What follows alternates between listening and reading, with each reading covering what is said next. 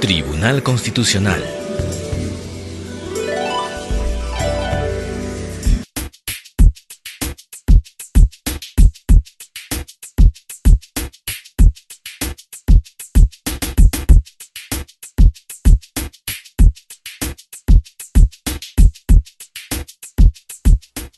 Los magistrados, señores José Luis Ardón de Taboada y Eloy Espinosa Saldaña Barrera.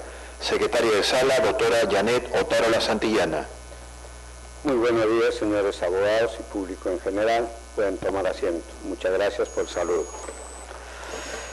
De cuenta, señorita relatora, de los expedientes que tienen vista de causa por estricto orden de anotación. Señor presidente, muy buenos días. Señores magistrados, muy buenos días. Daré lectura de los informes orales solicitados para la audiencia de hoy. Causa número 1, expediente 4305-2011, proceso de amparo, seguido por Jorge Gustavo Abad Contreras, contra el fiscal superior provisional, jefe de la Oficina Desconcentrada de Control Interno del Ministerio Público de Ayacucho y otro. Señor presidente, solicita informar en causa propia el doctor Jorge Gustavo Abad Contreras.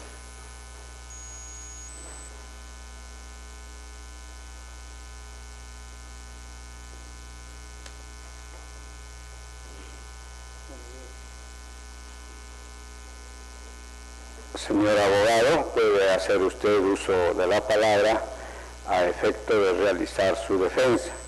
Lo escuchamos con la mayor atención. Muchas gracias, señores miembros del Tribunal Constitucional. Muy buenos días a todos los presentes. Mi presencia obedece fundamentalmente para hacer mi defensa en causa propia en el expediente que ha indicado la señora redactora. Fundamentalmente, señores miembros del Tribunal Constitucional, mi persona es conocido por todo el derecho constitucional actual, moderno, que en el Estado constitucional de derecho que ahora pregonamos todos, hay un principio fundamental que debe ser respetado, que es el principio del derecho a la tutela procesal efectiva. Y como correlato también de este derecho se encuentra el derecho al respeto al principio de legalidad y al principio de tipicidad y taxatividad. Si nosotros afectamos estos dos principios, efectivamente vamos a también afectar principios relacionados al debido proceso, como son el derecho a la defensa, el derecho a un plazo razonable, el derecho a obtener resoluciones motivadas por ley.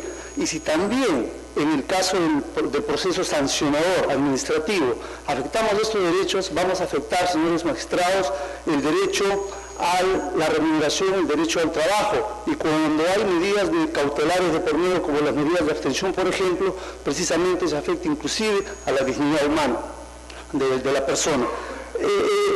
Mi presencia aquí obedece fundamentalmente, señores miembros del Tribunal Constitucional, a mi intervención como fiscal provincial en la ciudad de Huamanga, Ayacucho, en dos casos particulares. Un caso relacionado a violación sexual.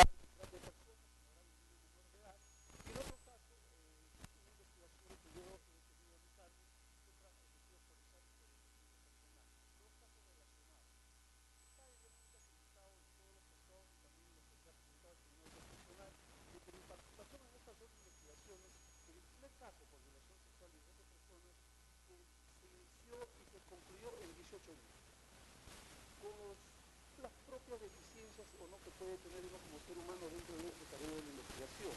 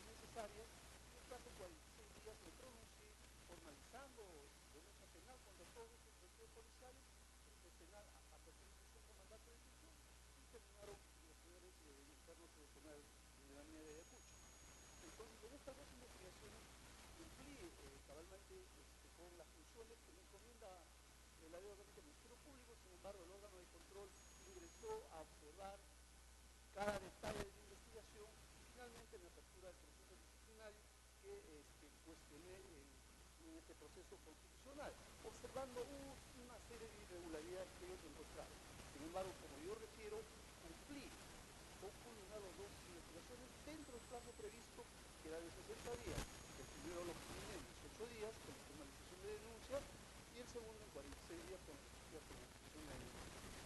Sin embargo, el órgano de control apertura procesos disciplinarios en mi persona, invocando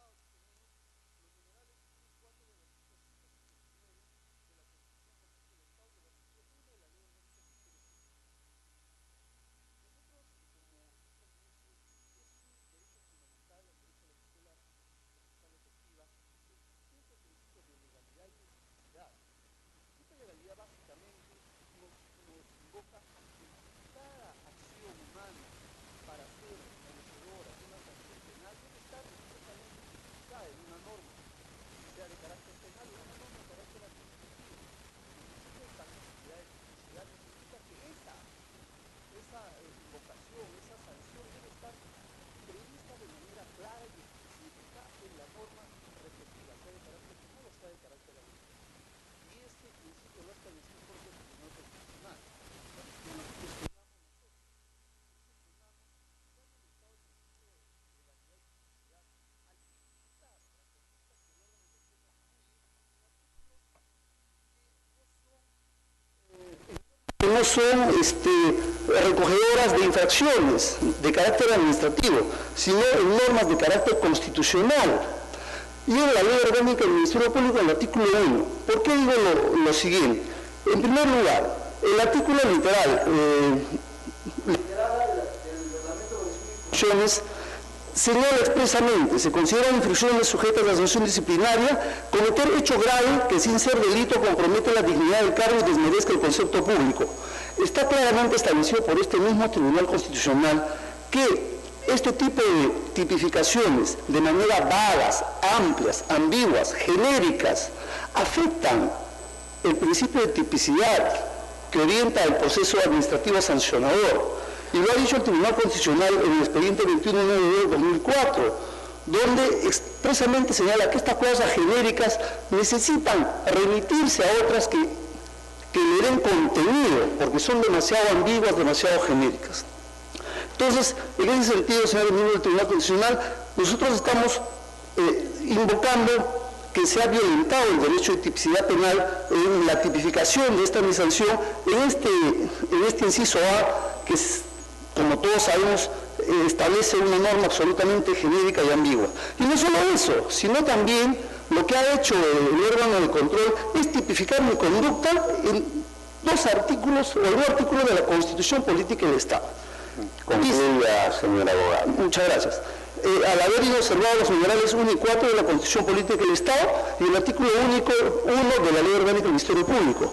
Nosotros sabemos, señores miembros del Tribunal Constitucional, que estas normas son principios y no son normas con rango, la de la Constitución no son normas con rango de ley. La Ley de Procedimiento Administrativo y Disciplinario señala que deben ser tipificadas en normas con rango de ley las infracciones de carácter administrativo y no en normas de rango constitucional. Y por eso que se invoca esta afectación, señor miembro del Tribunal Constitucional. ¿Alguna pregunta, señor? ¿Alguna pregunta? Vista la causa, queda el voto. Causa número 2, expediente 1417-2012, proceso de amparo, seguido por María Elena Carpio Espejo contra la empresa de servicio municipal de agua potable y alcantarillado S.A. Señor presidente, solicita el uso de la palabra por la parte demandante, la doctora Carmen Rosa Carpio Espejo.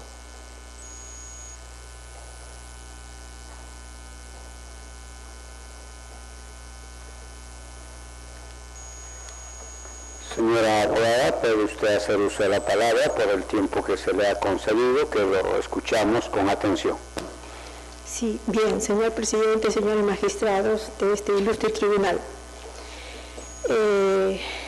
La causa que nos trae en esta mañana es con relación al despido arbitrario fraudulento del cual ha sido objeto mi patrocinada María Elena Carpe Espejo.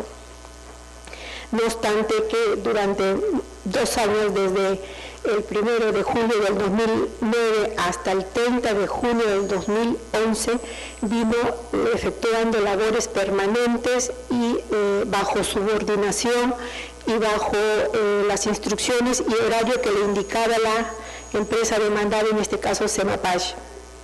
Sin embargo, el último mes, el día 30 de junio del 2011, le hace llegar el memorándum 059 del 2011 del 30 de junio, indicándole que el contrato administrativo de servicios había concluido a esa fecha.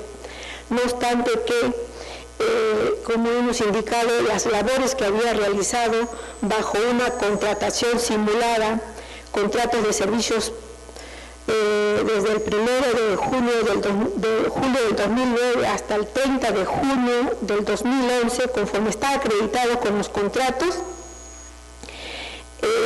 había suscrito el último hasta el 30 de junio de 2011. Sin embargo, aduciendo que les puso y le presentó un contrato administrativo de servicios desde el 1 de junio hasta el 30 de junio de ese mismo año, ¿no?, con la finalidad de dar o simular una contratación administrativa de servicios que no corresponde a una empresa del Estado que se rige por la Ley General de Sociedades y cuyos trabajadores están sujetos al régimen laboral de la actividad privada. Sin embargo, no obstante haber acudido al ente jurisdiccional en vía en este proceso residual, dada la necesidad, la urgencia de la tutela en razón de ser una madre con menor hijo en estudios y porque estaba poniendo en peligro su subsistencia, dado que había dejado de percibir remuneraciones, es que acude a esta instancia. Sin embargo, las instancias inferiores de la Corte Superior de Justicia dedican el Juzgado Civil de Chincha, declaran infundada su demanda. Elevado el expediente a la sala confirma la sentencia, indicando que con el memorándum 059 recibido por la actora, significa que había dado conformidad al contrato administrativo de servicios, lo cual ella objetó y por esa razón acude a esta instancia en recurso de agravo constitucional, dado que en autos, no obstante que en autos no se ha acreditado ni la demandada ha presentado el contrato administrativo de servicios, queriéndose dar por cierto el supuesto de la conclusión del contrato por el simple mérito del memorándum 059. El hecho de que haya recibido el documento no significa que haya dado conformidad al fraude, a la simulación que contiene este contrato administrativo de servicio que no está aprobado. No obstante que es deber, en este caso de la emplazada, probar la causa del despido. Significa, señor, que la emplazada, con el ánimo de justificar la conclusión de los servicios personales directos y supeditados dentro de una unidad orgánica de la emplazada a la empresa Semapach, toda vez que la unidad de catastro está y forma parte de la estructura orgánica de la empresa Semapach. Sin embargo, se da por concluido en un pseudo contrato administrativo de servicios que no obra en autos, que es más, que estaría duplicitado o pretendería dársele la coexistencia al último contrato de servicios regulado por el Código Civil. Sin embargo, estos contratos debieran ser ineficaces por estar afectando la desnaturalización de los contratos laborales conforme lo reprueba la nueva ley de ley procesal de contratación laboral. Por esas razones es que acudimos solicitando a este despacho, su digno magistrado, se sirva revocar las sentencias venidas en grado y oportunamente se declare fundada mi demanda.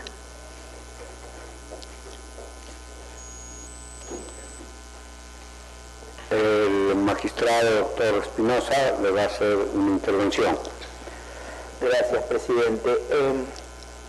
Señora abogada, aquí hay dos cosas a determinar, porque como usted bien dice, en los actuados no aparece el contrato administrativo de servicios. Entonces, usted lo que está alegando que por primacía de la realidad lo que ha hecho es una labor continua.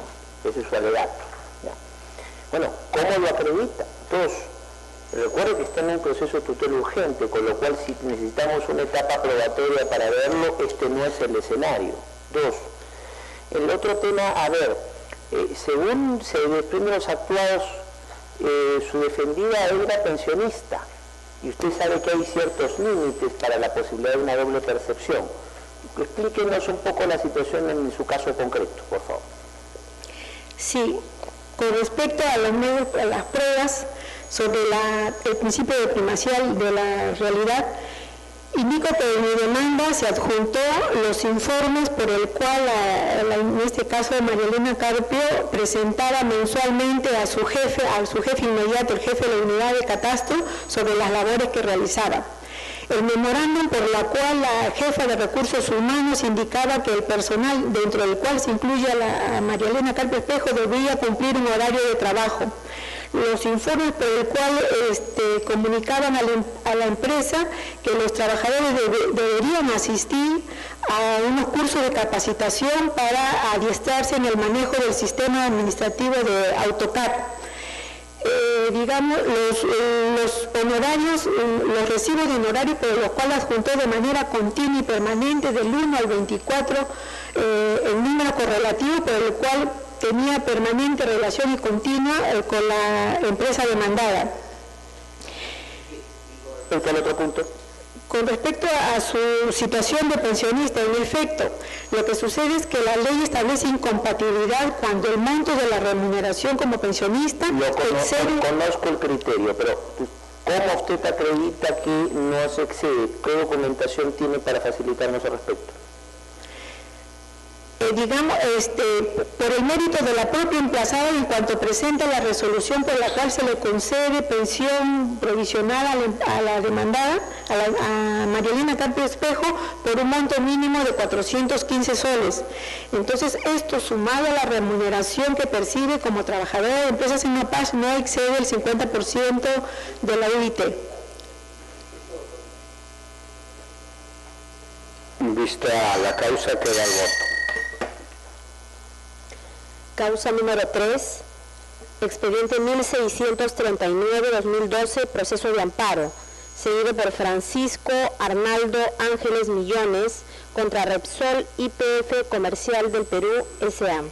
Señor presidente, solicita el uso de la palabra por la parte demandante el doctor Jorge Carlos Vargas Machuca Proa, y por la parte demandada solicita el uso de la palabra el doctor Diego Villanueva del Carpio. Pueden ocupar los sitios que le corresponden.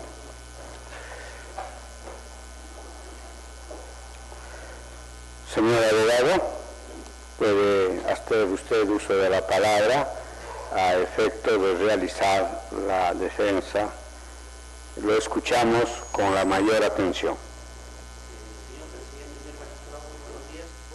Tratar de ser sumamente breve en razón de que con fecha 23 de mayo del presente año hemos presentado por escrito los aspectos centrales en virtud de las cuales nuestra defensa solicita que se declare fundada nuestra demanda de amparo. La cuestión de fondo desde nuestra perspectiva tendría que pasar por examinar los siguientes puntos. En primer lugar, nosotros estamos haciendo referencia a un proceso judicial en la vía ordinaria, en la vía laboral, donde se ha establecido por sentencia casatoria de la Sala Constitucional de la Corte Suprema, que entre mi patrocinado, Francisco Ángeles Millones, y la empresa Repsol existe un contrato de trabajo y como consecuencia de ello se le ordena a la empresa que debe ser registrado en la planilla de remuneraciones. Esta declaración es sumamente importante porque constituye cosa juzgada sobre un hecho relevante porque desde nuestro punto de vista tendría que influir en este proceso, porque en este proceso nosotros estamos solicitando la reposición, en contraposición a la defensa de Repsol, que sostiene pretende sostener que en realidad mi patrocinado no es trabajador de Repsol, sino de una de sus empresas intermediarias o testaferras, como nosotros lo hemos designado, porque en este proceso voy a citar varias: Adeco, Cervosa Cargo, Cervosa Gas, presuntas empresas de tercerización. Discusión que, como vuelvo a repetir, ya quedó definido en esta sentencia casatoria que obra en autos, porque la sala en su debido momento inclusive solicitó información para que le remitan copias certificadas, y en autos está la sentencia de la Corte Suprema. Por lo tanto, ese es un aspecto sumamente importante. Pero además de eso, señor presidente, además de esta referencia, digamos, para cerrar el círculo del análisis y concluir que efectivamente sobre eso no hay discusión, nosotros estamos mencionando 3 casaciones más idénticas, donde lo único que cambia es el nombre del demandante. Y en todas ellas, la Corte Suprema ha establecido que este proceso de tercerización no existe, es irreal, y por lo tanto ordena que los trabajadores sean inscritos en la planilla de trabajadores de Repsol como trabajadores suyos y no presuntamente como lo de tercerización. Ese es el primer punto. El segundo punto que también queremos manifestar es que bueno, pues como maletín de mago, Repsol ha intentado, para distraer la atención de la discusión, ha introducido un nuevo elemento de juicio, y que supongo lo va a mencionar mi colega porque lo menciona en diferentes procesos judiciales donde estamos enfrentados.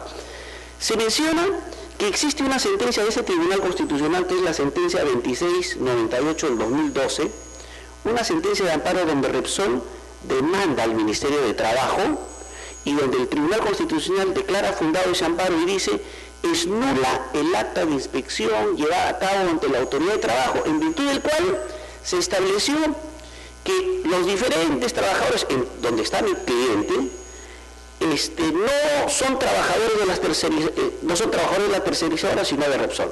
Entonces, contra esa acta existe ese amparo, y el TC ha dicho que esa acta de inspección es nula. El único problema, el único detalle, el pequeñísimo detalle, señor presidente, es que en ese proceso de amparo ninguno de los trabajadores, incluido mi cliente, ha participado. Es un proceso que lo ha hecho a escondidas, o no lo ha hecho en el Callao, lo ha hecho en Lima, sin que los trabajadores sepan. Ha obtenido este proceso judicial, cuya consecuencia para nosotros lo único es retrotraer los hechos al momento en que se cometió el vicio. Pero lo que quiere Repsol es decir: miren, yo tengo una sentencia del TC que anula el acta, por lo tanto el señor no puede regresar. Nosotros pedimos una aclaración al Tribunal Constitucional respecto a esta sentencia, y el tribunal nos dijo algo muy simple. Dijo: señores, ustedes no son parte del proceso. Entonces, si nosotros no somos parte del proceso de esa sentencia, ¿por qué cómo es que la empresa quiere utilizarla para influir en un proceso del cual no somos parte? Por eso, en respuesta a eso, nosotros hemos invocado otra sentencia, la 1969 del 2013, donde el Tribunal Constitucional dice textualmente lo siguiente: dice, las sentencias en los procesos constitucionales de la libertad, habeas corpus, amparo, legata, a diferencia de los procesos de inconstitucionalidad, solo producen efectos para quienes han sido parte. O sea, esa sentencia no tiene nada que ver con nosotros. No hemos participado, no es parte, por lo tanto no tiene por qué influir en lo absoluto en la discusión que tenemos en esta causa. Y finalmente, como cuestión final, y ya respecto del fondo, existen 2 razones, señor presidente, por las cuales, ratificando el criterio de la Corte Suprema, es que debe declararse fundada la demanda. En la fecha en que se suscribe el contrato de tercerización del año 2002, porque ese es el tema de fondo, se suscribe un contrato de transporte de GLP. ¿Qué cosa es este contrato? Repsol tiene, entre otras actividades, giro principal, distribuir combustible. Y para distribuir combustible utiliza unidades de transporte. Esas unidades de transporte, señor presidente, toditas, está en la cláusula 4, son de propiedad de Repsol, pero las ha entregado a la tercerizadora para aparentar que la empresa tercerizadora es realmente el empleador. Ese es el tema de fondo. La norma establecía que la empresa cliente, en este caso Repsol, tendría que contar con sus propios recursos. Entonces resulta absurdo y extraño que quien va a distribuir, en vez de utilizar los vehículos del que le va a hacer el servicio, utilice los suyos. Esa es la cuestión de fondo, y sobre eso, señor presidente, solicito que se tome en cuenta y se declare oportunamente fundada la demanda. Señor abogado, puede hacer usted uso de la palabra a efecto de ejercer el derecho de defensa. Lo escuchamos con la mayor atención. Muchas gracias. Señor presidente, distinguidos miembros del Tribunal Constitucional, buenos días. Vengo en representación de la empresa Repsol para pedirles que confirmen el auto de vista que viene en impugnación, que declara fundada nuestra excepción de incompetencia territorial y por tanto improcedente la demanda. Sin embargo, en tanto la sala considere que el órgano jurisdiccional es competente, le pido que revoque el auto de vista y declare infundada la demanda. Voy a encauzar la discusión para finalmente arribar en los argumentos que ha formulado la contraparte. En este caso se está discutiendo si el órgano jurisdiccional es competente o no por razón del territorio. Según el artículo 51 del Código Procesal Constitucional, el demandante puede optar por demandar ante el juez competente el lugar de su domicilio o el lugar donde se afectaron los derechos. Según su DNI, el demandante podría acudir al juez de Lima Cercado. Según el lugar donde se afectaron los derechos, que sería en principio la planta de Ventanilla, donde el demandante alega que se le impidió ingresar, sería Ventanilla. No obstante, el demandante acude al juez del Callao para demandar, claramente cuando tenía habilitada esta competencia. Como es razonable, se declara improcedente la demanda en primera instancia, en segunda instancia se confirma esa improcedencia y ahora lo que pedimos es que se confirme esto en el Tribunal Constitucional. Al respecto, el Tribunal ya tiene sendos fallos, más de 40 de hecho en casos vinculados a Repsol. Esto a propósito porque se ha pretendido habilitar en más de un proceso de la competencia a los juzgados del Callao, ¿no? Prueba de ello son la sentencia 1393 del 2013, 3946 del 2012, 5065 del 2011. Desde el 2011 se viene presentando este hecho, señor presidente. Sin embargo, en tanto se considere que el órgano jurisdiccional es competente y la sala pueda revisar el fondo de la discusión, le pido que declare infundada la demanda. Y ello a la luz de los criterios, lineamientos e interpretaciones contenidas en la sentencia 2698-2002, sección de amparo, que es una sentencia de la cual el Tribunal Constitucional declaró fundada una demanda de Repsol contra el Ministerio de Trabajo. En esa sentencia se anula un acta de infracción que la contraparte adjunta como medio probatorio en este proceso y del cual pretende valerse para obtener la restitución de sus derechos. ¿Por qué se anuló esta acta de infracción? Porque esta acta de infracción es resultado de una inspección realizada por el Ministerio en la planta de Repsol a solicitud de Cervosa, en la cual no se le permite participar a Repsol. No se le permite defenderse, no se valoran sus pruebas, no se permite la intervención de la empresa tercerizadora Cervosa Gas. Entonces claramente hay una vulneración constitucional en la área de Repsol. Se reconoce esto y finalmente deriva en la nulidad de este medio probatorio. Ahora, la contraparte se vale esto, que es un medio probatorio ilícito, ¿no?, para argumentar que su derecho debe ser restituido.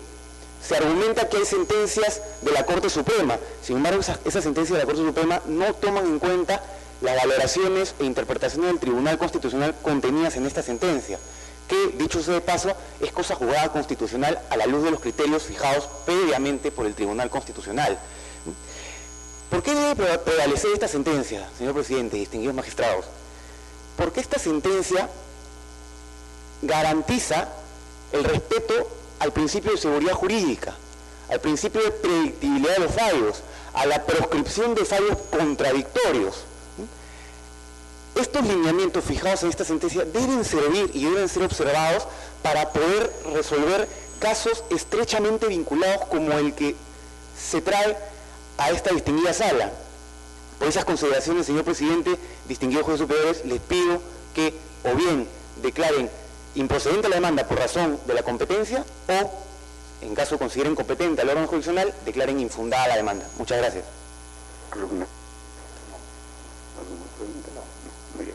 Vista la causa,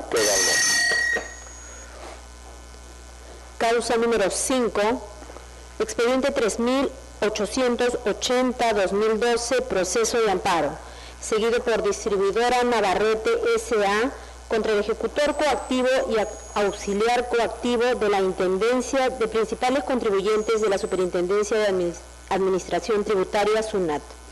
Señor presidente, solicita el uso de la palabra por la parte demandada el doctor Ronald Eduardo Guzmán Álvarez por la Procuraduría Pública de la SUNAT. Señor abogado, puede hacer usted uso de la palabra para ejercer el derecho de defensa. Lo escuchamos con la mayor atención. Muchas gracias, señor presidente, señores magistrados. Yo vengo en representación de la SUNAT a solicitar a esta ilustre sala se declare improcedente o, en su caso, infundada la demanda de amparo interpuesta por Distribuidora Navarrete. ¿Qué es lo que ocurre en el presente caso, señor presidente? Pues bien, la empresa Distribuidora Navarrete pretende que se declare nula una resolución coactiva que dispuso la ejecución parcial de una carta fianza por la suma de 350.000 nuevos soles. ¿Qué es lo que alega Distribuidora Navarrete? Que se ha vulnerado su derecho al debido procedimiento y a la tutela jurisdiccional efectiva porque, según sostiene, ha interpuesto demanda contenciosa administrativa contra la resolución del Tribunal Fiscal y que por tal razón no correspondía el inicio del procedimiento de cobranza coactiva. Bien, las instancias antecesoras han declarado la improcedencia de la demanda considerando que existen vías específicas e igualmente satisfactorias para lo pretendido por el accionante. ¿Cuál es esta vía? Pues el proceso judicial de revisión de cobranza coactiva, ya que si lo que el demandante pretende es cuestionar el inicio del procedimiento de cobranza y las resoluciones coactivas que dispusieron la ejecución de la carta fianza, corresponde que toda esta actuación sea revisada en un proceso contencioso administrativo conforme lo dispone el artículo 148 de la Constitución. Y así lo ha señalado el tribunal en la sentencia 15/2005, proceso de inconstitucionalidad, en la cual señala que las actuaciones del procedimiento de cobranza deben ser revisadas a través del proceso contencioso administrativo de revisión judicial de cobranza coactiva. En atención a ello, nosotros solicitamos se declare la improcedencia de la demanda. En caso la sala estime entrar al analizar el fondo de la controversia, nosotros solicitamos se declare infundada la demanda en atención a que la cobranza se ha realizado conforme lo establece el Código Tributario. ¿Qué es lo que ocurre? La deuda en materia de cobranza fue emitida respecto del impuesto a la renta y el impuesto general a las ventas del año 1994 y 1995. Esta deuda tributaria fue confirmada por el Tribunal Fiscal en un extremo y en otro extremo ordenó a la SUNAT reliquidar la deuda. La SUNAT reliquidó la deuda emitiendo la respectiva resolución de intendencia y el contribuyente impugna esta resolución de manera extemporánea. El artículo 146 del Código Tributario exige expresamente que cuando se impugne de manera extemporánea, el contribuyente debe presentar carta fianza. El contribuyente presentó carta fianza por la suma de 850.000 nuevos soles y la deuda fue finalmente confirmada por el Tribunal Fiscal. El extremo de la deuda que fue confirmada por el Tribunal Fiscal fue ejecutado con la carta fianza, en atención a que el propio artículo 146 señala expresamente que cuando la deuda se confirme por el Tribunal Fiscal, se ejecutará la carta fianza por el monto confirmado. En este caso se ejecutó de manera parcial por 350.000 nuevos soles. Si bien el contribuyente interpuso demanda contenciosa administrativa, la demanda contenciosa administrativa no suspende la ejecución del acto administrativo que ha quedado firme en la vía administrativa, y así lo señala expresamente la Ley del Proceso Contencioso Administrativo y el propio Código Tributario. No es causal de suspensión del procedimiento de cobranza el inicio de un proceso contencioso. Es necesario que el contribuyente solicite una medida cautelar a fin de que se suspenda el procedimiento contencioso. Y ello no ocurrió. ¿Por qué no ocurrió? Porque la demanda nunca fue admitida, la demanda fue rechazada en atención a que el contribuyente no subsanó las observaciones que hizo la sala contenciosa y la demanda fue finalmente rechazada. Es decir, nunca se admitió la demanda contenciosa administrativa, por lo cual es claro que la deuda ha quedado firme en la vía administrativa y que su impugnación judicial no suspendió en ningún momento su cobranza, ya dado que este proceso nunca se inició. Es por estas razones que nosotros solicitamos se declare infundada la demanda.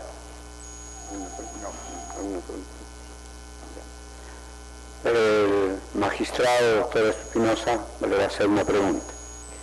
Sí, presidente. Hay alguna cosa que, señor abogado, que no me queda del todo clara. Entonces, usted está pidiendo la improcedencia y en su caso se legisla infundada, pero acá hay un detalle. ¿Hubo o no contencioso administrativo? Porque si hubo contencioso administrativo, su causal de improcedencia no es el antecedente de bailón que me ha traído aquí en colación. Es que hubo un contencioso. Entonces, seamos claros cuál es su argumento. Entonces, finalmente, ¿hubo o no contencioso?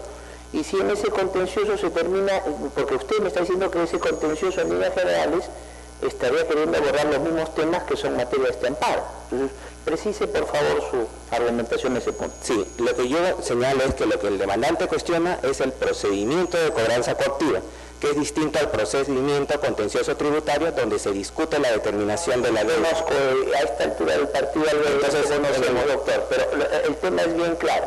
El proceso, usted tiene un proceso en el cual se ha visto la misma pretensión del amparo, esa sería su causal de improcedencia, no otra. Entonces, aclárenme de qué estamos hablando. Sí, el proceso contencioso administrativo que inició el demandante fue respecto de la determinación de la deuda. Este proceso se rechazó la demanda por la Sala Contenciosa Administrativa. El proceso de ejecución de cobranza coactiva también es susceptible de ser cuestionado en un proceso contencioso administrativo nuevo, y es esa la vía igualmente satisfactoria que el demandante debe recurrir, por lo que cuestiona es el procedimiento de cobranza. Respecto de la determinación de la deuda, el contribuyente, si lo que el contribuyente cuestiona es la determinación de la deuda, en este caso la causal de improcedencia sería el inciso 3 del artículo 5 del Código Procesal Constitucional. Pero en la medida que lo que se cuestiona en este caso es el procedimiento de cobranza y que respecto de ese procedimiento de cobranza no se ha iniciado un proceso contencioso administrativo, es esa la vía igualmente satisfactoria a la que debe recurrir. Me queda clara cuál es su argumentación, lo analizaré. Vista la causa, queda el voto. Causa número 16, expediente 1006-2013, proceso de habeas data, seguido por el Sindicato Nacional de Unidad de Trabajadores de la Superintendencia Nacional de Administración Tributaria, Tributos Internos SUNAT, contra la SUNAT. Señor presidente, solicita el uso de la palabra por la parte demandante el doctor Paul Gonzalo Paredes Palacios, por la Procuraduría Pública de la SUNAT, y solicita el uso de la palabra por la parte demandada la doctora Sujei Inami García.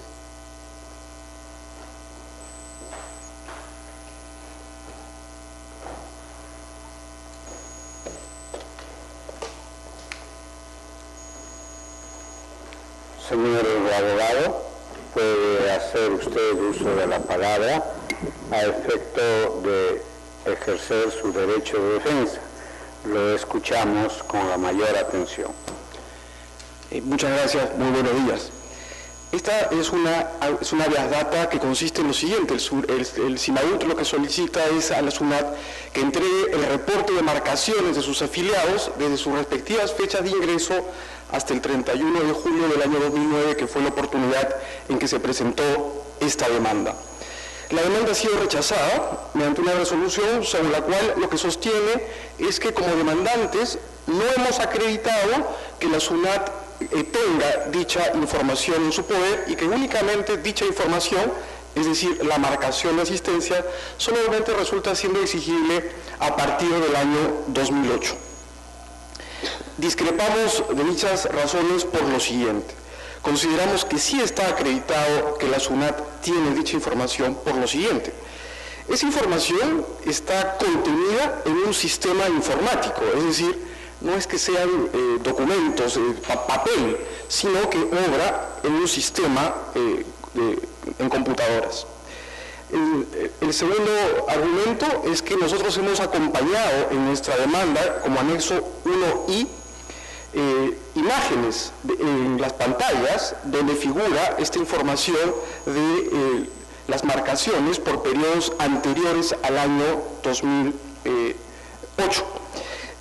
El tercer argumento es que nosotros hemos solicitado cualquier soporte o cualquier modo en el cual la SUNAT pudiese acompañar el registro de las respectivas marcaciones.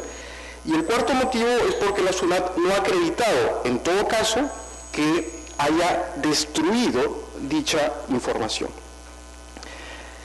En adición a esta discrepancia sobre que nosotros sostenemos que sí hemos acreditado que SUNAT tiene en su poder dicha información, planteamos al tribunal la discusión sobre las razones constitucionalmente legítimas que tendría eventualmente la SUNAT para rechazarlas. Creo que conviene discutir si los argumentos por los cuales SUNAT se niega a presentar son constitucionalmente legítimos. El primer punto que sobre el cual creo que cabe mirar es si la memoria de una institución pública puede ser borrada o destruida. Es decir, la SUNAT es una institución pública que registra la memoria de un conjunto de sucesos, entre ellos el ingreso de sus trabajadores. ¿Es posible que una institución pública borre su memoria sin darnos mayor explicación, sin justificar y sin explicar que esto haya sido destruido? El segundo argumento sería que si existiera una reserva, la carga de la prueba de esa reserva correspondería a la SUNAT y ello no ha sido acreditado de modo alguno. Y una tercera razón es que estas marcaciones, ¿para qué sirven? Sirven para acreditar el derecho a las horas extras. Y aquí creo que cabe la siguiente reflexión. ¿Quién produce dicha información? Esa información es producida, generada por la propia demandada. Es decir, los trabajadores no tienen acceso a dicha información, no tienen copia, no son los que producen. ¿De qué manera podrían ellos acreditar su derecho si es que estos medios probatorios no son facilitados por la propia demandada? A partir de esas argumentaciones, a partir de estas consideraciones constitucionalmente legítimas, es que solicitamos al ilustre tribunal se sirva a declarar fundada la demanda. Muchas gracias. Señorita abogada, la sala le concede el uso de la palabra para que haga el ejercicio de su defensa. Lo escuchamos igualmente con la mayor atención. Buenos días, señores magistrados. En el presente caso es un proceso de habeas data, como se ha mencionado, donde el sindicato pidió que se exhiba las marcaciones de 1.648 trabajadores desde su fecha de ingreso en el año 91. Lo que no informa la parte contraria es que SUNAT sí entregó la información, pero la información que tenía a la mano. Hemos justificado el por qué este corte y decir desde aquí tenemos y por el periodo anterior no tenemos.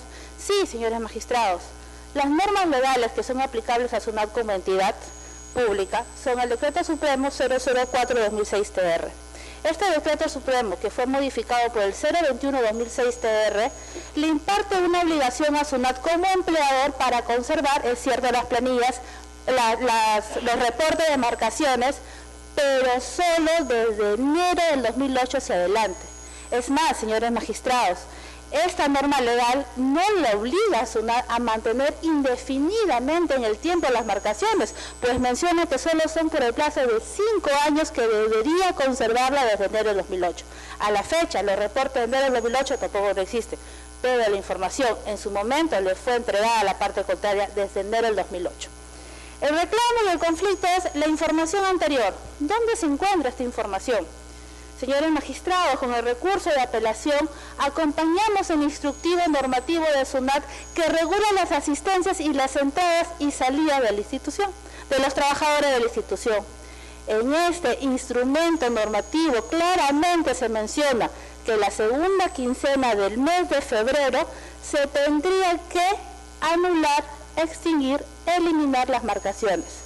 Este instructivo estuvo vigente mientras no se encontraba vigente la obligación de conservar el registro de entrada y salida desde enero del 2008. Por eso, señores magistrados, es que nosotros no tenemos la información.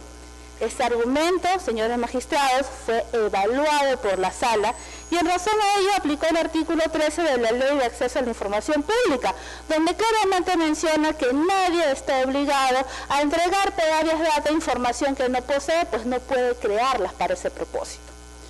Otro argumento, señor magistrado, que no ha sido mencionado, pero es necesario recalcar porque está en la contestación de la demanda, es que se pide esta información por considerar que es información de carácter público, que es información de interés general. Señores magistrados, la marcación de un trabajador solo le importa al trabajador y al empleador. La marcación de un trabajador no puede ser pedida por cualquier persona y considerarse así el carácter de información pública. Es más, el artículo 10 de la Ley 27806 determina que es información de carácter público. Información que se encuentra sustentada en el presupuesto público y que determina o permite establecer una decisión administrativa. SUNAT como entidad ¿tiene información de carácter público? Por supuesto, señor magistrado, porque del Estado recibimos el presupuesto para implementar sistema de PDF, formularios, forma en que los contribuyentes puedan declarar su información y esto es base de una decisión administrativa, puesto así se determina si cumplió o no con el pago de los tributos. Pero, señores magistrados, las marcaciones de los trabajadores, que solo contienen información de entrada y salida, no tienen el carácter de información pública. Este punto adicional los ponemos a su consideración porque es fundamento de la demanda.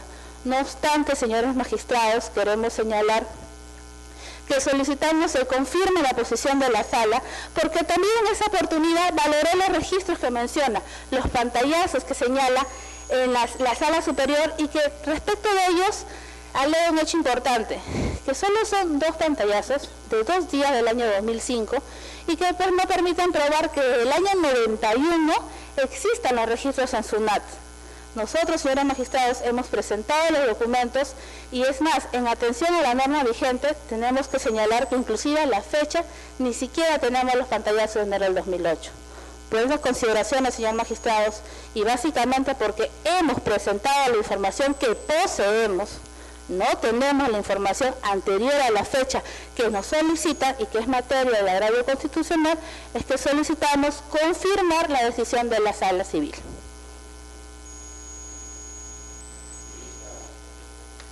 Vista la causa, queda el voto. Causa número 18, expediente 1028-2013, proceso de amparo, seguido por Luis Alberto Trillo Chire, contra la entidad prestadora de servicios y saneamiento de Ayacucho S.A. EPSASA. Señor presidente, solicita el uso de la palabra por la parte demandante, el doctor Arturo Rodríguez Ibarra. Señor magistrado, muchas gracias por lo que... Señora abogado, puede hacer usted uso de la palabra para ejercer su derecho de defensa. Lo escuchamos con la mayor atención. Muchas gracias, señor presidente. Venimos a solicitar, señores magistrados, la revocación de las sentencias emitidas por las instancias inferiores, las cuales han declarado improcedente nuestra petición de reposición de mi patrocinado, señor Alberto Trillo Chire. Ello en virtud a la contravención a los principios constitucionales y laborales, al principio de inmediatez, así como al principio constitucional de no discriminación, así como procesalmente en virtud a la contravención al debido proceso que ha habido y contravención al principio de congruencia procesal. Empezaremos respecto de la contravención del principio de inmediatez laboral.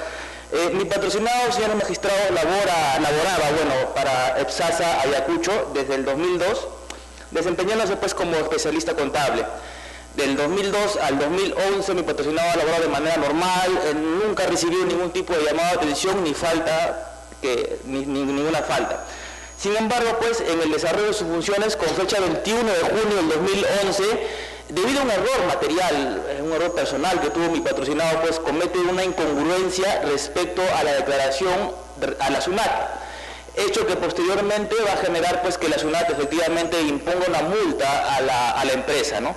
Debemos aclarar de que esta falta fue de carácter accidental, que no tuvo ningún tipo de ánimos lesivo del trabajador, ¿no? Que fue desafortunadamente pues un error.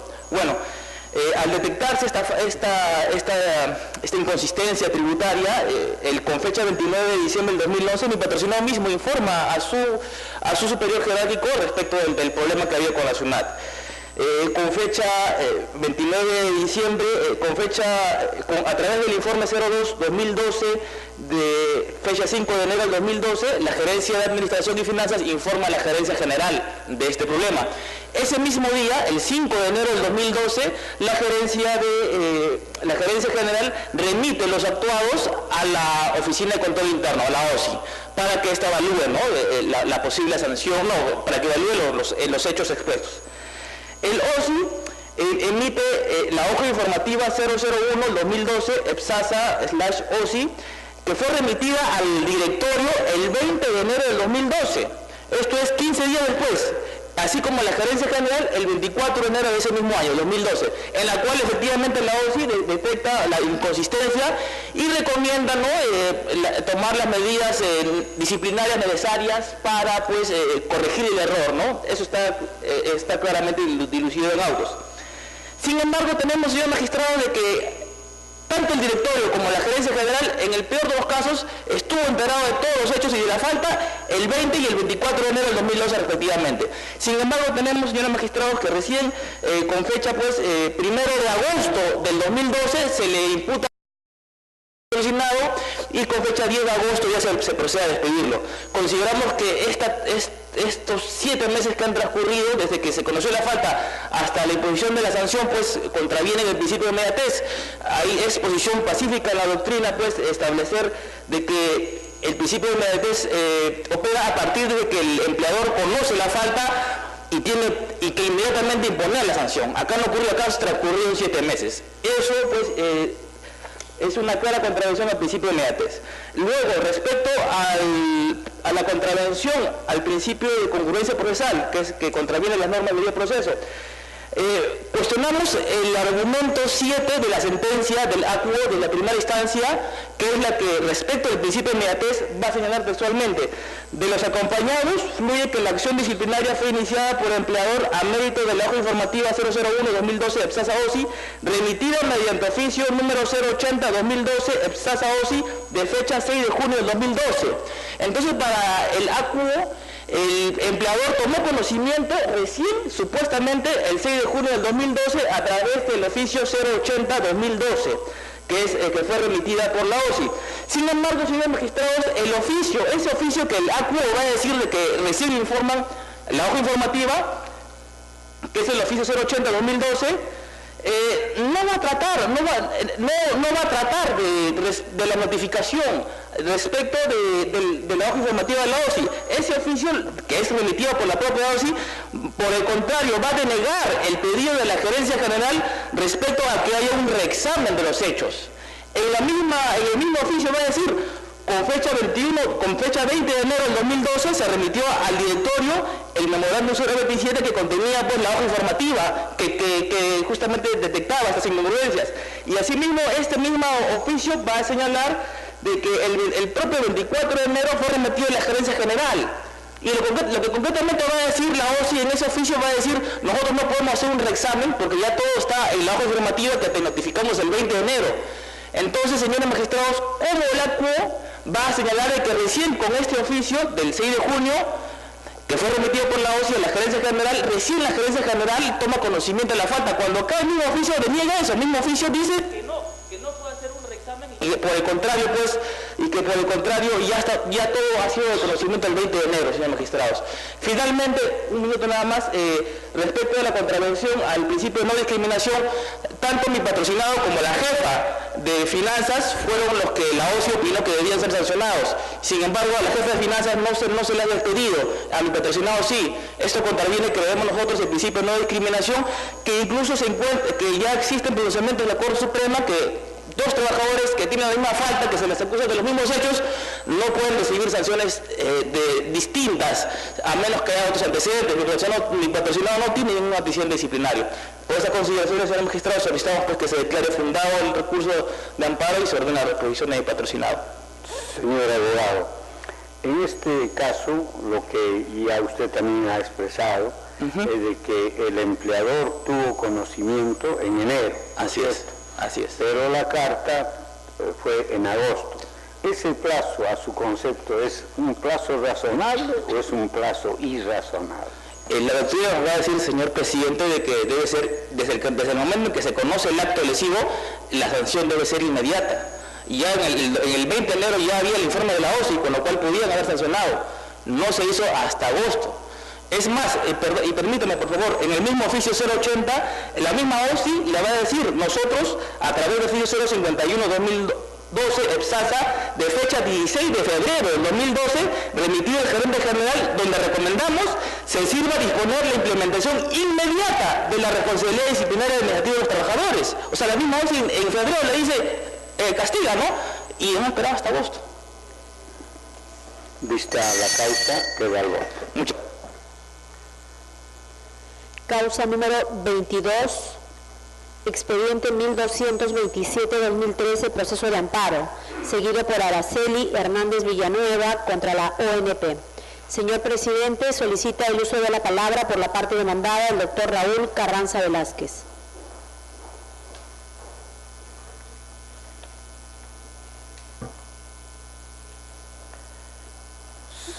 Señor abogado, puede hacer usted uso de la palabra. Lo escuchamos con la mayor atención. Muchas gracias. Muy buenos días, señor presidente, señores magistrados, colegas de la defensa. En efecto, vengo en representación de la ONP respecto al expediente 1227-2012, procedencia de la Sala Civil de Guaura. En este proceso, señor presidente, la demandante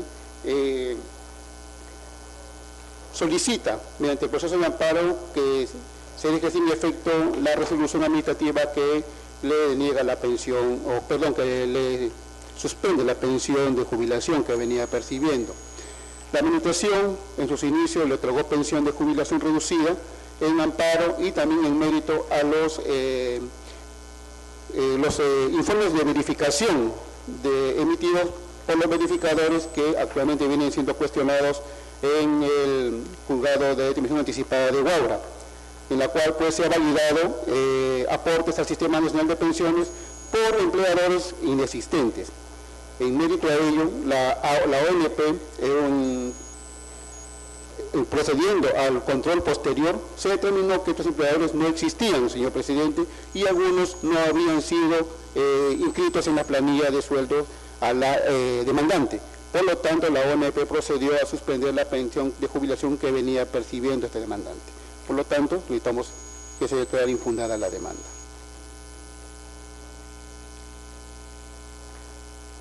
Vista la causa, queda el voto.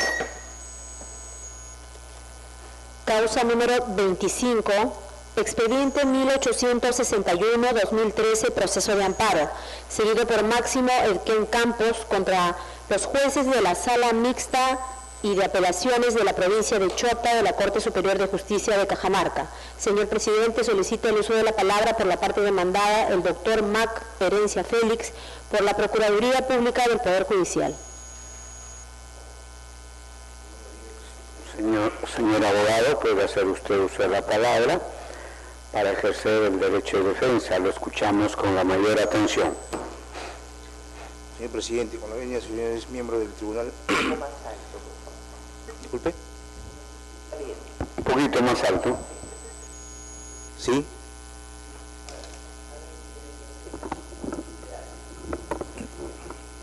Ya, señor presidente, señores miembros, al sentido concreto del informe oral, esto refiere a dejar sin efecto la resolución número 3 que declara consentida la resolución que resuelve amonestar al abogado Máximo Elquén Campos por incumplimiento de sus deberes en el acta de continuación de audiencia de juicio oral en el expediente 293 del año 2007.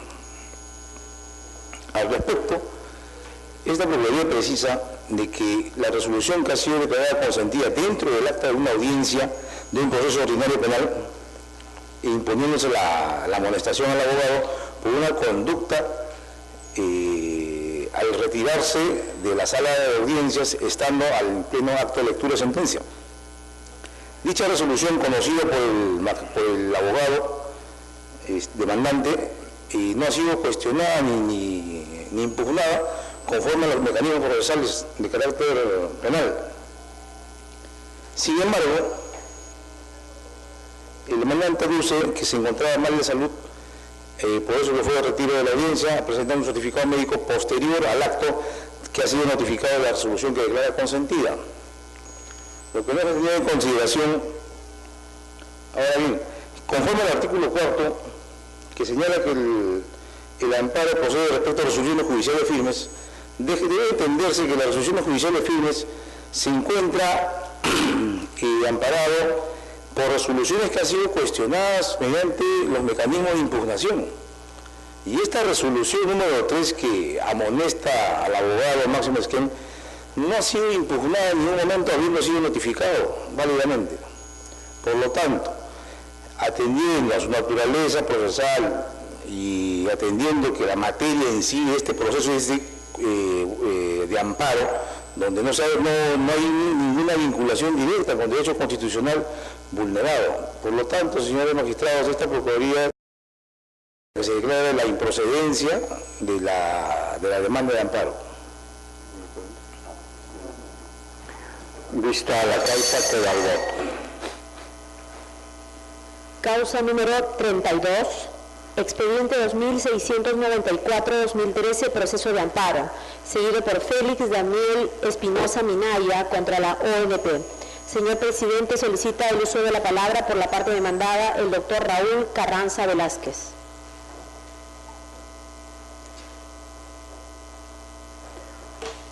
Señor abogado, puede hacer usted uso de la palabra, lo escuchamos con la mayor atención.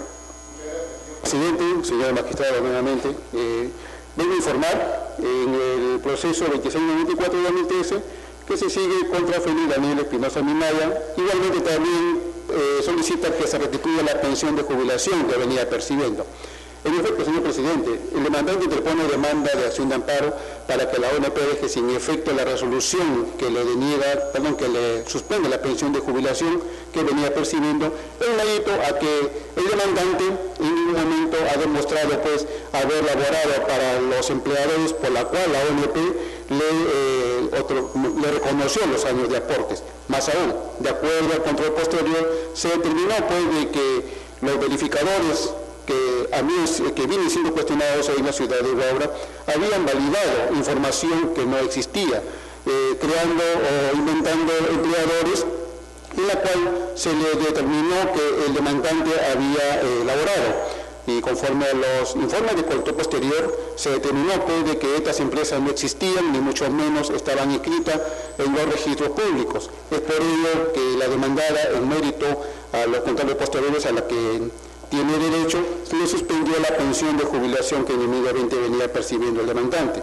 Por lo tanto, señor presidente, señores magistrados, solicitamos se declarara infundada la demanda de amparo.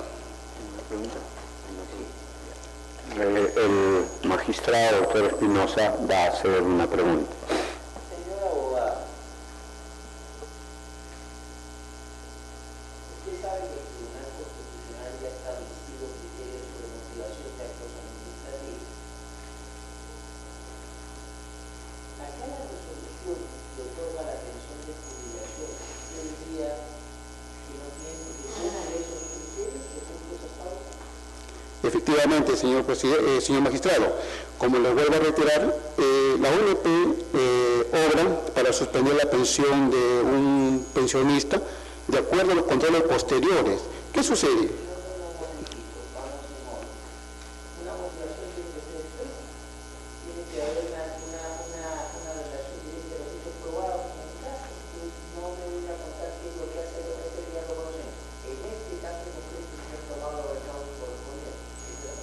Efectivamente, sí se han tomado los recaudos correspondientes, como le vuelvo a reiterar, en mérito a los cuestionarios verificadores se verificó qué antecedentes, qué expedientes habían sido otorgados pensión de jubilación en los cuales estos verificadores habían intervenido, en la cual está este proceso justamente. Es por ello que de acuerdo a los controles posteriores se determinó que el demandante no había obtenido pensión de jubilación de manera lícita, ¿no? Por lo tanto, también de acuerdo a la ley 27444 del procedimiento administrativo, se determinó pues que los controles posteriores habían sido debidamente motivados para poder declarar la suspensión de la pensión. Vamos un poquito más. Ahora, según como se ve en esto, primero se acredita la resolución, después hay copias simples de la tendencia de examinación anticipada, y luego, ¿qué otra prueba más se acredita para decir que no hay nulidad?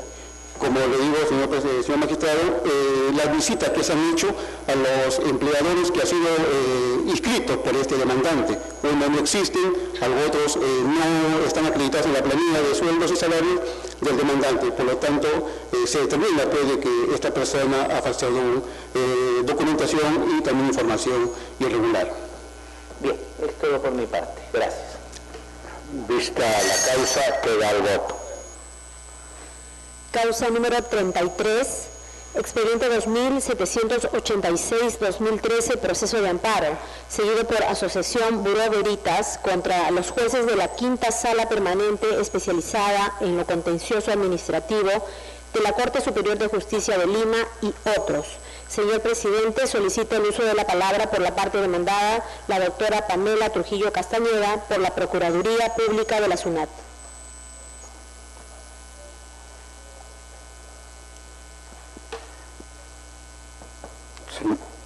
Señorita abogada, puede hacer usted uso de la palabra para ejercer el derecho de defensa. Lo escuchamos con la mayor atención. Buenos días, señor presidente. Buenos días, señores jueces constitucionales. El día de hoy me presento en representación de la Procuraduría Pública de la SUNAT en el proceso de amparo seguido por Asociación Buró Veritas.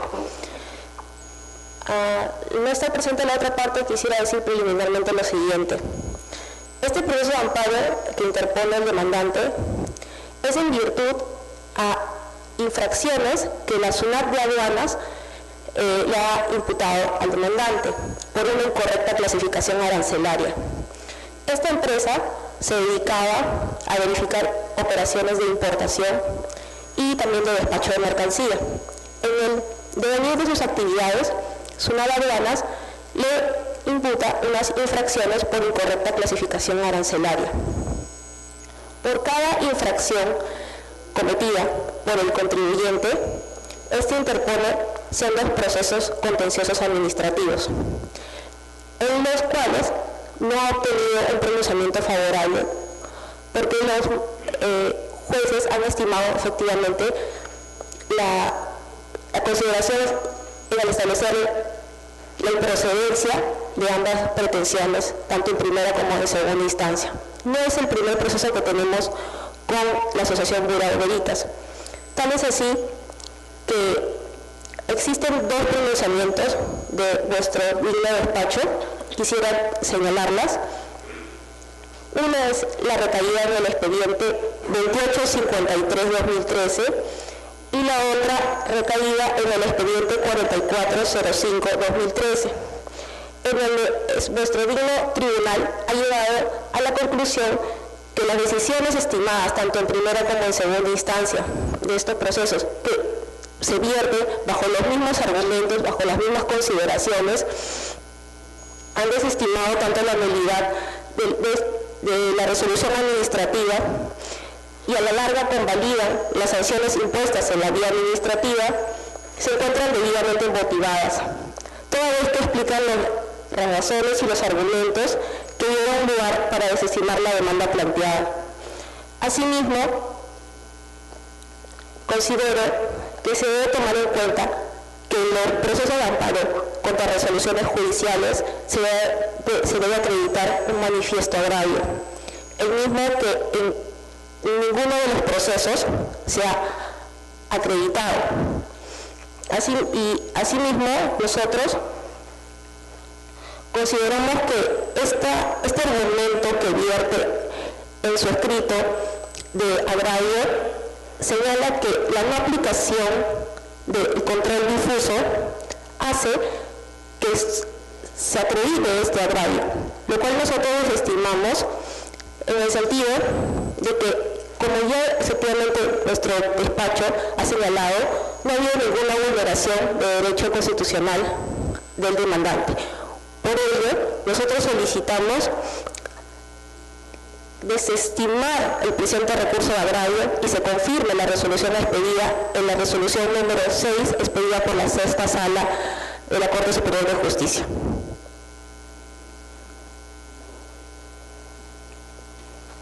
Vista la causa, queda el voto.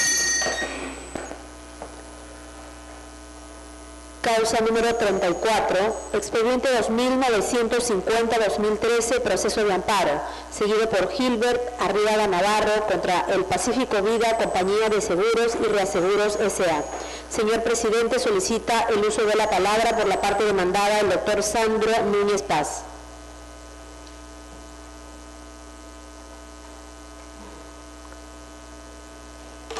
Señor abogado, puede hacer usted uso de la palabra para ejercer el derecho de defensa. Lo escuchamos con la mayor atención. Muchas gracias, señor presidente. Señor magistrado, sobre todo buenos días. Quisiera previamente en el informe indicar a la sala que me gustaría acumular dos causas adicionales que son exactamente iguales a la presente. Doy lectura a los números correspondientes para que se tengan conocimiento en relatoría. El expediente número 2950-2013, en los seguidos, que es el que estamos viendo, Arriaga Navarro contra Pacífico. Los que se acumularían serían el 4421-2012, que es Diego Chino Loaiza contra Pacífico, Programa de Seguros y Reaseguros, y el expediente 4953-2013 de Gerardo Yufra Medina. Acumulo estos procesos en el magistrado, dado que son causas idénticas una con la otra.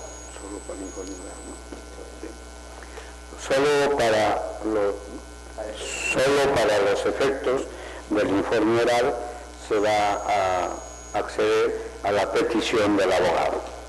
Muchísimas gracias, magistrado. Viene en grado de recurso de agravio constitucional las sentencias emitidas por las salas civiles de Lima que han declarado en estos tres casos improcedente la demanda por los fundamentos que voy a pasar a desarrollar y a defender. Voy a hacer un breve análisis, un breve antecedente para que el colegiado tenga conocimiento de qué es lo que está viviendo a la materia de su conocimiento.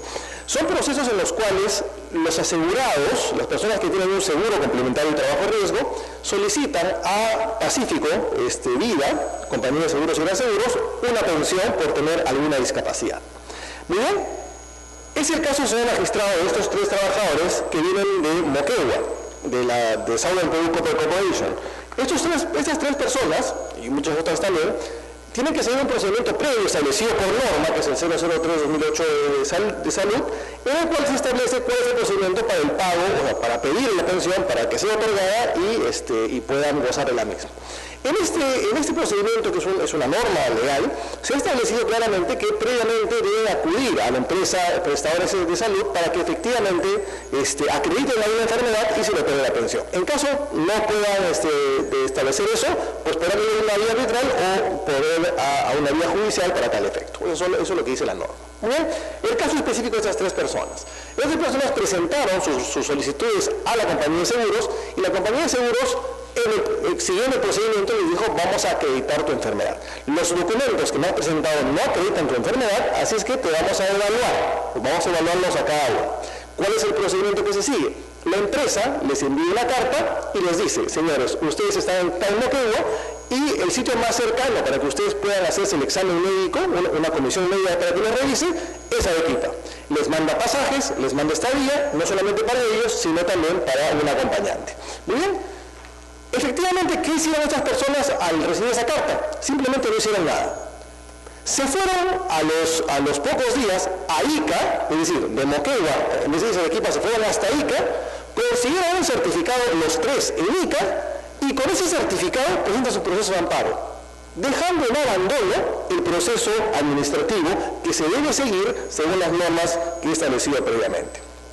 Muy bien, entonces, iniciado, como dije, este proceso judicial, nosotros lo primero que hemos advertido es que no existe ni violación ni amenaza de violación contra el derecho, porque estamos todavía en un proceso administrativo que no ha concluido por una causal establecida por los propios demandantes, que no siguieron con el procedimiento y no aceptaron nuestra carta en la cual les pagamos los pasajes y las estadías en Arequipa y prefirieron irse a hacer un examen particular en la ciudad de Moquegua.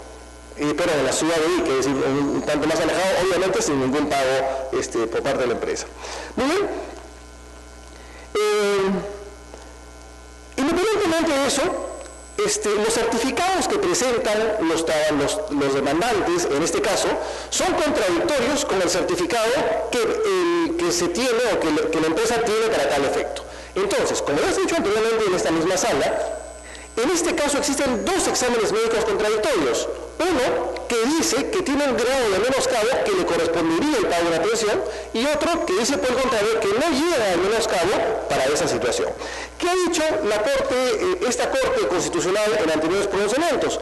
El pronunciamiento de la sentencia 2513-2007 y el pronunciamiento de la sentencia 2547-2008, ambos procesos de amparo, se ha determinado con absoluta claridad, y este tribunal ya lo ha dicho con anterioridad, que en efecto, cuando existan exámenes contradictorios en un proceso de amparo, como no existe etapa probatoria, no se puede determinar o no se puede ordenar un nuevo examen para ver un examen, una pericia o algo, una pericia médica para que se desestime eso.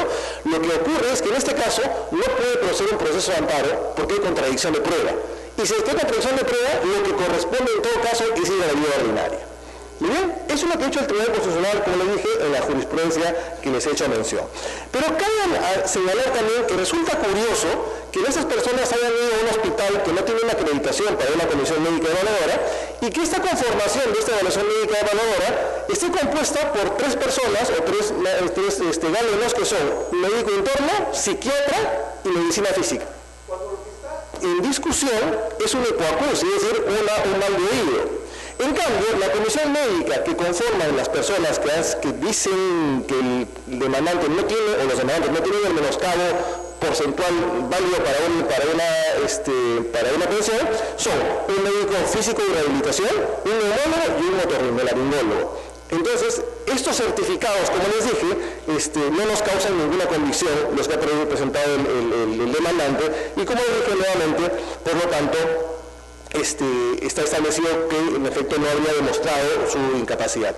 Adicionalmente a esto, debo decirles que jurisprudencia también del Tribunal Constitucional establece que la persona o la entidad que tenía la póliza al momento de descubrirse la enfermedad es la que tendrá que hacerse cargo de este pago. En los tres casos, al momento de descubrirse la enfermedad, cuando salen ellos con sus certificados, efectivamente no contaban con un hecho o con una póliza de Pacífico. En resumidas cuentas, y para terminar, lo que existe en este caso es un abandono de un proceso administrativo, recurrir a un proceso judicial de amparo, en donde no existe etapa probatoria, y querer imponer un certificado de cuya validez digamos. Y no solamente porque somos incrédulos, sino porque existe un examen contradictorio que dice absolutamente lo contrario. Entonces, lo que he dicho acá con claridad en ambas resoluciones, en las diferentes salas, respecto a este caso, es que efectivamente aquí existe un contradictorio, existen exámenes médicos contradictorios, y efectivamente también existe una etapa administrativa que no ha sido cumplida por el demandante, y lo que ha existido en realidad es un abandono, y en realidad hasta el día de hoy no podemos saber esta situación.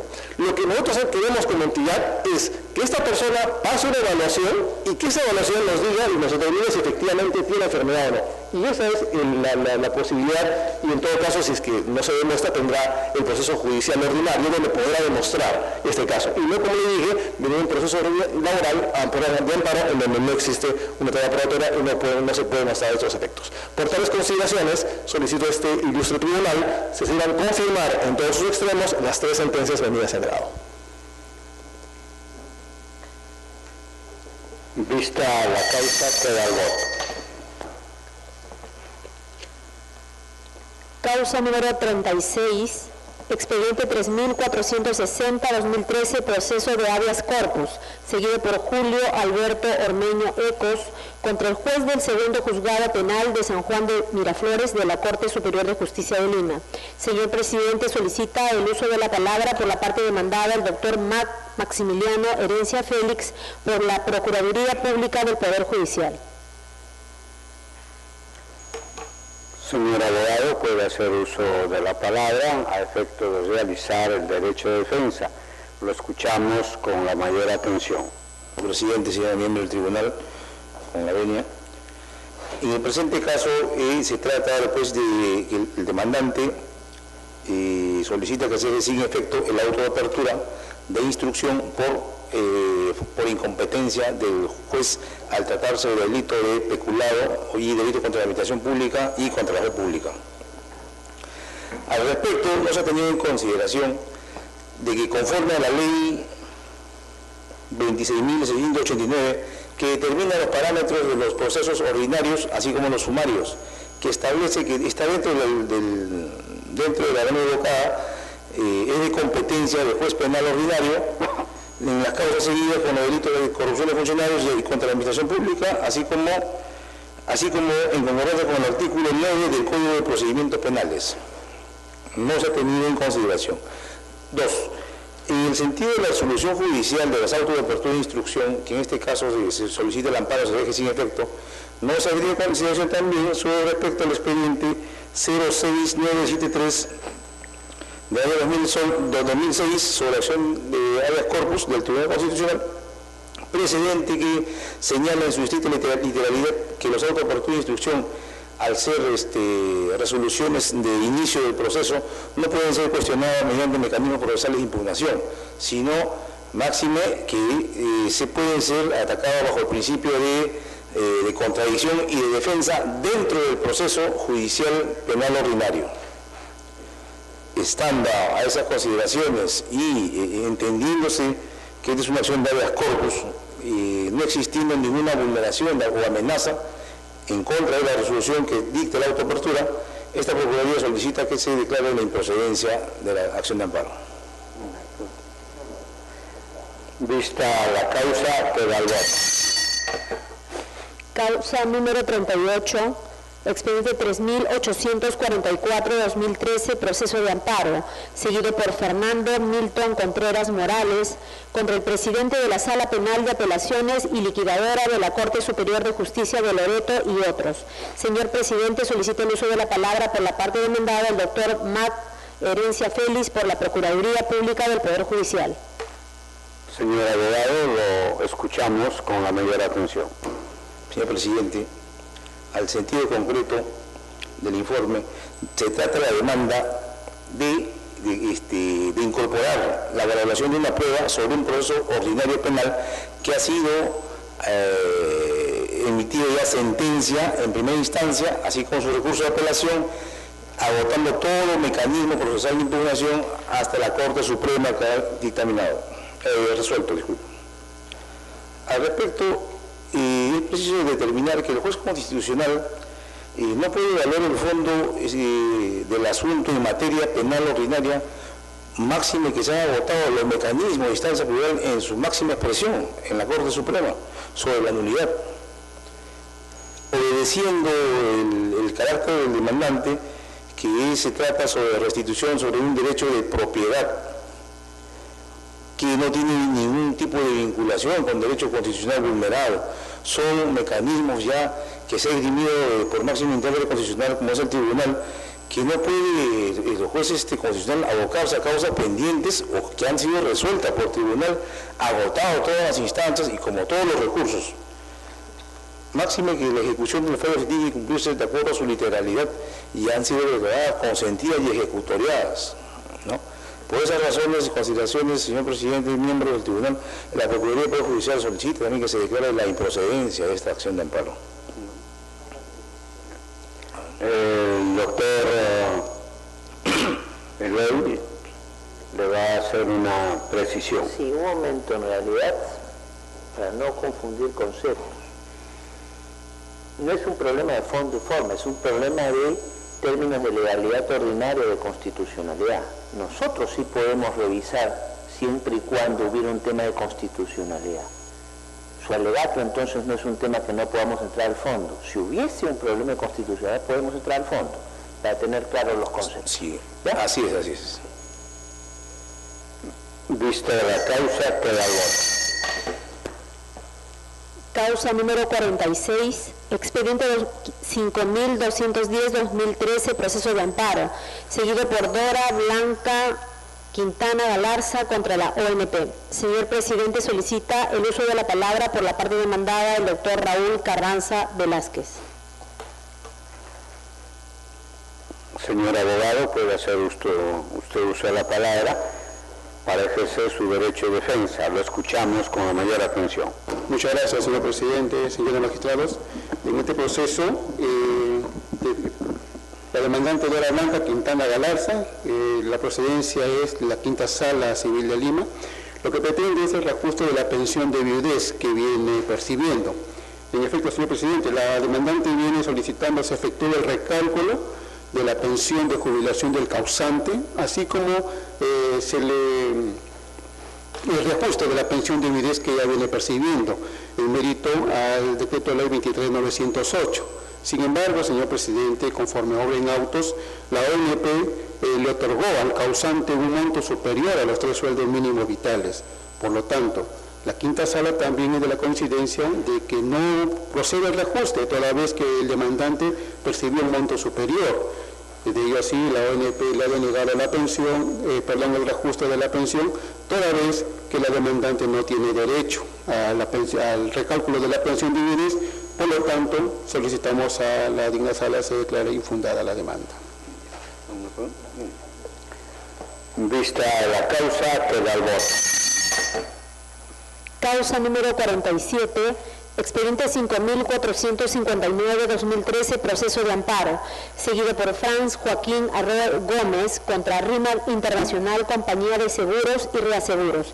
Señor presidente, solicita el uso de la palabra por la parte demandada el doctor Luis Armando Arroyo Portocarrero. Señor abogado, puede hacer uso de la palabra para ejercer el derecho de defensa. Lo escuchamos con la mayor atención. Con su venia, señor presidente, señores miembros del colegiado, señorita relatora, vea usted, en el presente,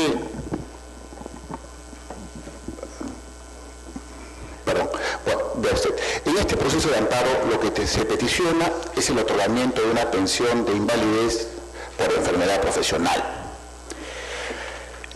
Como primer punto, nosotros debemos solicitar al colegiado se sirvan verificar que no corresponde que nuestra empresa RIMAC Seguros otorgue la pensión solicitada, en razón que la ex empleadora del demandante, BHP Billington Tintaya S.A., no suscribió ningún contrato de seguro complementario de trabajo de riesgo con nuestra empresa, y así se le hizo saber al demandante oportunamente.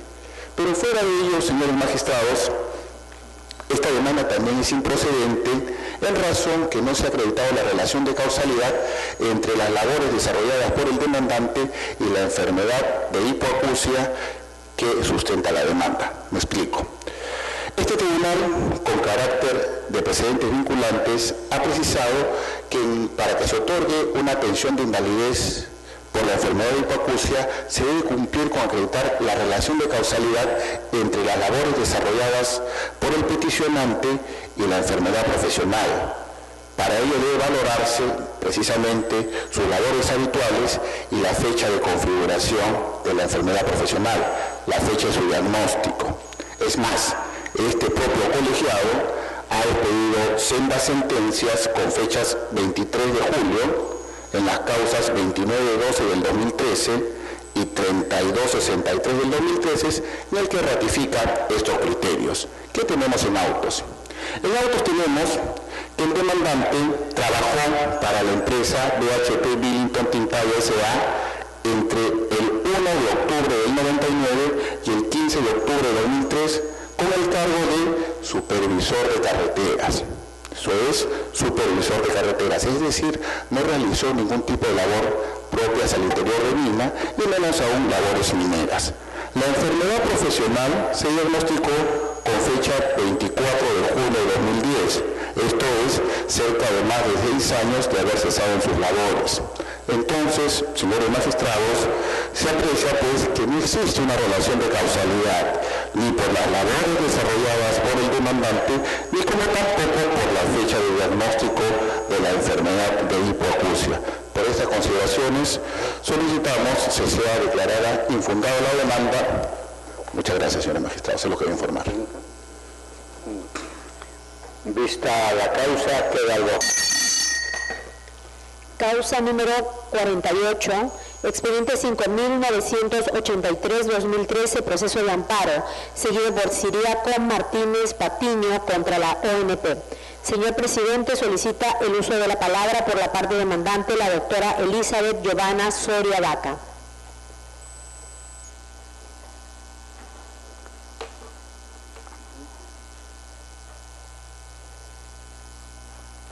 Señorita abogada, puede hacer usted uso de la palabra para ejercer el derecho de defensa. Lo escuchamos con la mayor atención. Muchas gracias, señor presidente, señores magistrados. En representación de mi patrocinado, el señor Ciriaco Martínez, vengo en lo seguido con la Oficina de Normalización Previsional sobre el proceso de amparo. Vengo a solicitarles se sirvan revocar la sentencia venida en grave en virtud de que no se encuentra ajustada a ley, para lo cual sustento mi recurso de agravio en lo siguiente. En primer lugar, quisiera hacer mención que mi patrocinado es un ex trabajador de la empresa minera Chogán Hierro Perú Sociedad Anónima, habiendo elaborado para esta empresa por un periodo superior a los 43 años. Su fecha de cese de mi patrocinado es exactamente en el 31 de diciembre del 2012. Señores magistrados, está aprobado en autos que al precedente vinculante emitido por el Tribunal Constitucional referido al otorgamiento de pensiones vitalicias por enfermedad profesional, el Tribunal señaló 3 reglas necesarias a seguir. Uno era demostrar el nexo de causalidad. El nexo de causalidad está aprobado en autos porque mi patrocinado ha trabajado de manera permanente y continua en su condición de obrero en la extracción del mineral a tajo abierto, y que por ello, como consecuencia de esta actividad económica, ha adquirido la enfermedad de neumoconiosis, que es la segunda regla que señaló el Tribunal Constitucional, que era acreditar la enfermedad con una comisión evaluadora, sea por las empresas particulares de salud o por el Ministerio de Salud o por ESalud. En autos, adjunto el único documento que me fuera entregado por parte del Hospital Rebagliati, y en el cual se determinó que efectivamente el accionante tenía un menoscabo o una incapacidad del 55%. Documento que fue expedido en el año 2008. Esa es la segunda regla. La tercera regla es de que acreditar que efectivamente la póliza de seguro ha sido contratada o no ha sido contratada y por quién ha sido contratada. Señores magistrados, está aprobado en autos que la Oficina de Normalización Previsional ha venido cobrando por parte de la empresa Chogán Hierro Perú la póliza del seguro complementario de trabajo de riesgo hasta la fecha en que ha cesado mi patrocinado en el año 2012.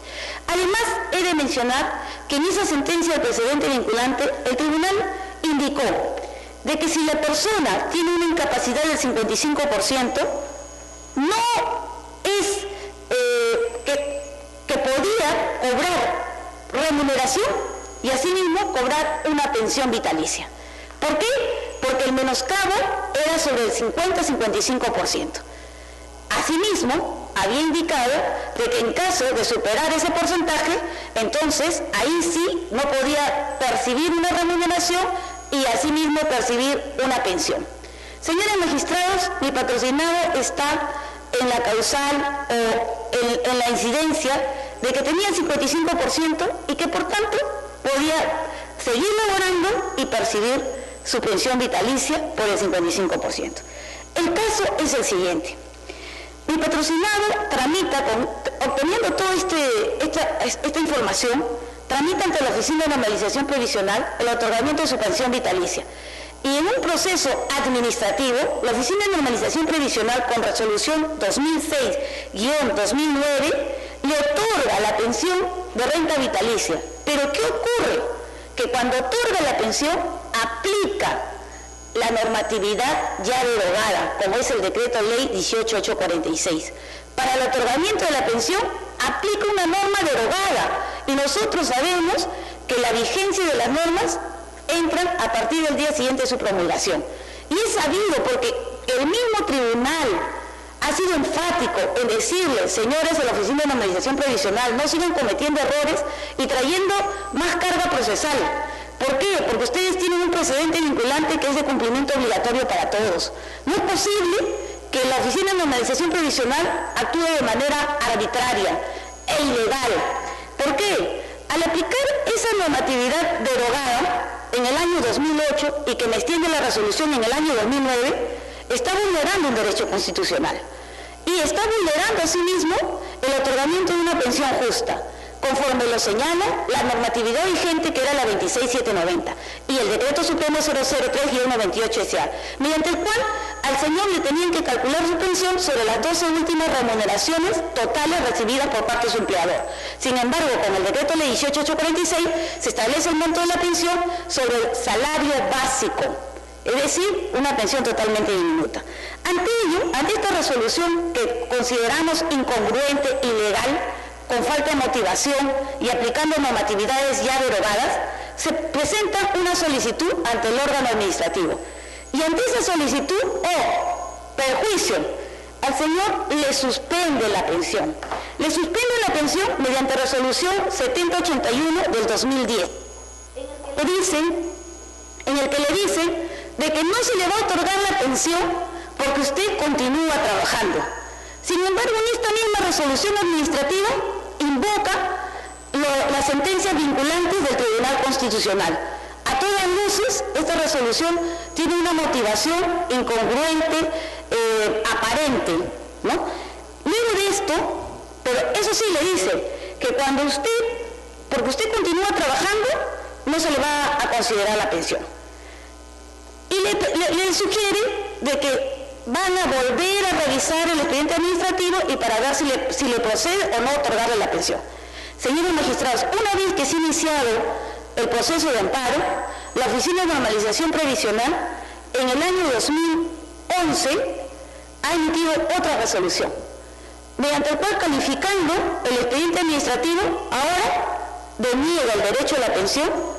Y por ello es que nosotros consideramos que estando a que este tribunal ya se ha pronunciado respecto a la motivación de resoluciones administrativas y tomándose en cuenta además de que la venida en grado tiene una afirmación inexacta. ¿Cuál es, señores magistrados? Han declarado improcedente la demanda de amparo por el mero hecho, según ellos, de que la parte accionante no ha podido probar la enfermedad profesional que dice padecer.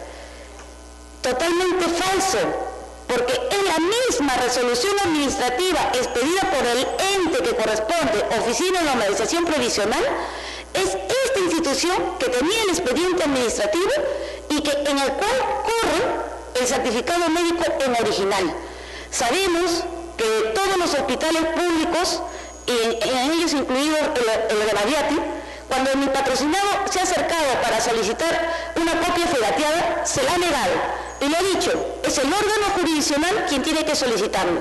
Nosotros peticionamos a la sala mixta de Nazca, de la Corte Superior de Justicia de Ica, que haciendo uso de sus funciones y sus atribuciones, así como lo hizo el Tribunal Constitucional al momento de emitir el precedente vinculante recaído en el expediente del señor Alipio Orlando Herrera, en que el Tribunal Constitucional solicitó la historia clínica y con ello resolvió y creó el precedente, tenía las facultades para poder solicitarlo al Rebadiati, sino que simple y llanamente no hizo uso de sus funciones y, violando la tutela jurisdiccional efectiva a la cual están encomendados, pues han perjudicado a una persona que viene padeciendo la enfermedad y que hoy en día no percibe solamente un sueldo de 857 soles. Por ello, señores magistrados, pedimos que sea revocada esta resolución y el día de hoy estaré adjuntando las resoluciones administrativas que he invocado, en la que se va a poder evidenciar a todas luces la incongruencia, la falta de motivación y la vulneración, lo más importante, vulneración enmarcada en el artículo 139, inciso 3 y 5 de la Constitución Política del Estado. Gracias. Señorita abogada, en la actualidad, ¿cuántos años tiene su defendida? ¿Cuál es la edad que tiene su defendida? Mi patrocinado tiene más de 65 años. ¿Y su estado de salud cómo está ahora en este momento? Señor magistrado, yo adjunté, lo único que pude adjuntar fueron sus historias clínicas o los recibos que me daba el hospital. El señor cada 3, 4 días tiene que ser movilizado, entra de emergencia, porque su situación de la neumoconiosis se ha agudizado. Muchas gracias. Vista la causa, queda el voto. Causa número 50, expediente 6.276-2013, proceso de amparo, seguido por Juan Sixto Sánchez Camargo contra RIMAC Internacional, Compañía de Seguros y Reaseguros S.A. Señor presidente, solicita el uso de la palabra por la parte demandada, la doctora Rosemary Rojas Maguire. Señorita abogada, puede hacer usted uso de la palabra para ejercer el derecho de defensa. Lo escuchamos con atención. Buenos días a la Sala Constitucional con su venia. El caso Sublitis tiene como pretensión principal el otorgamiento de una pensión de invalidez, ¿no? Que el demandante, señor Juan Sánchez Camargo, solicita a la demandada RIMAC Internacional. El presente proceso ha recibido pronunciamientos tanto del juzgado de origen como de la sala civil, pronunciándose sobre la improcedencia de la misma, en virtud principalmente a que existe una contradicción de medios probatorios, los constituidos por la prueba del demandante, que es un examen médico del año 2007, expedido por un hospital de salud de Ica, que establece que tiene neumoconiosis, hipoacusia y trauma acústico, y por el examen presentado por nuestra parte, que data del 2010, que establece que el señor no adolece ninguna enfermedad profesional y por tanto no tiene ningún menoscabo, ¿no? Esta clara contradicción de documentos médicos ha hecho que tanto la sala, el juzgado constitucional y la sala se pronuncien sobre la improcedencia. Como sabemos, en este tipo de procesos, al carecer de etapa probatoria, no podría haber certeza del real estado de salud del demandante. En ese sentido también quiero recalcar que en el presente proceso no se han actuado ni la historia clínica ni ningún otro documento que sustente lo alegado por el demandante. Sin perjuicio de este argumento, que por sí solo es suficiente para desestimar la demanda, quiero también incluir en este caso que en el presente caso no se ha demostrado el nexo causal de las enfermedades que dice padecer el demandante. En este sentido, debemos tener en cuenta que tanto en su certificado de trabajo se establece claramente que el demandante habría desempeñado actividades de albañil, ¿no? Como sabemos, si bien es cierto que la neumoconiosis, existe una presunción de la enfermedad de neumoconiosis, esta solo opera cuando el asegurado hubiese realizado labores de riesgo comprendidas en el anexo 5 del Decreto Supremo 003/97-SA. Sobre este particular, nuestra ilustre sala se ha pronunciado en sentencia expedida en el expediente 3263-2013 del 23 de junio del 2014, en el cual establece que en los casos que no se aplicara la presunción porque no se hubiese realizado actividades de la que determina la norma específica, el nexo causal necesariamente deberá probarse. En este caso no se ha probado el nexo causal de la neumoconiosis, por lo cual, ya dado que no se podía aplicar la presunción, tampoco se ha probado el nexo causal de la hipoacusia, que como sabemos es una enfermedad perfecta que puede ser común, y tampoco se ha probado el nexo causal del trauma acústico. En ese sentido, por los argumentos expuestos, solicitamos a vuestra sala confirme la sentencia venida en autos declarando la improcedencia de la demanda o, en su defecto, acoja nuestros argumentos sobre el hecho de que no se ha aprobado el nexo causal y declare infundada la demanda. Vista la causa, queda el voto. Señor presidente, doy cuenta a usted que en las demás causas programadas para el día de hoy no hay informes orales por no haberlo solicitado conforme al reglamento o porque no se han presentado para realizarlo. Se da por concluida las audiencias de la fecha.